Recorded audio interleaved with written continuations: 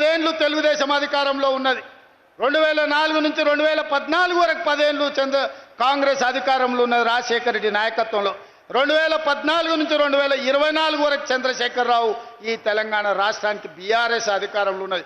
2024 నుంచి 2034 వరకు రాసుకో చంద్రశేఖరరావు, నీ డైరీలో కాదు నీ గుండెల్లో రాసుకో, నీ కొడుకు గుండె మీద రాయి.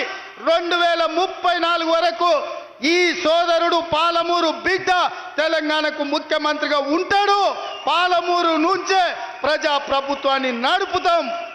ఇది నా మాట, నువ్వు నీ గుండెల్లో రాసుకో చంద్రశేఖరరావు.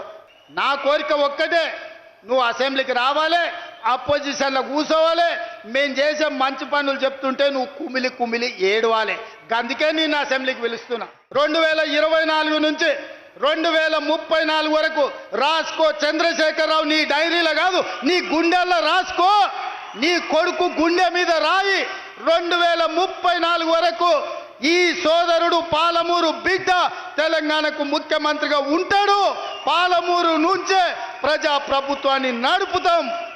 ఇది నా మాట, నువ్వు నీ గుండెల్లో రాసుకో చంద్రశేఖరరావు. నా కోరిక ఒక్కటే, నువ్వు అసెంబ్లీకి రావాలి, అపోజిషన్లో కూర్చోవాలి, మేము చేసే మంచి పనులు చెప్తుంటే నువ్వు కుమిలి కుమిలి ఏడవాలి. అందుకే నేను అసెంబ్లీకి పిలుస్తున్నా.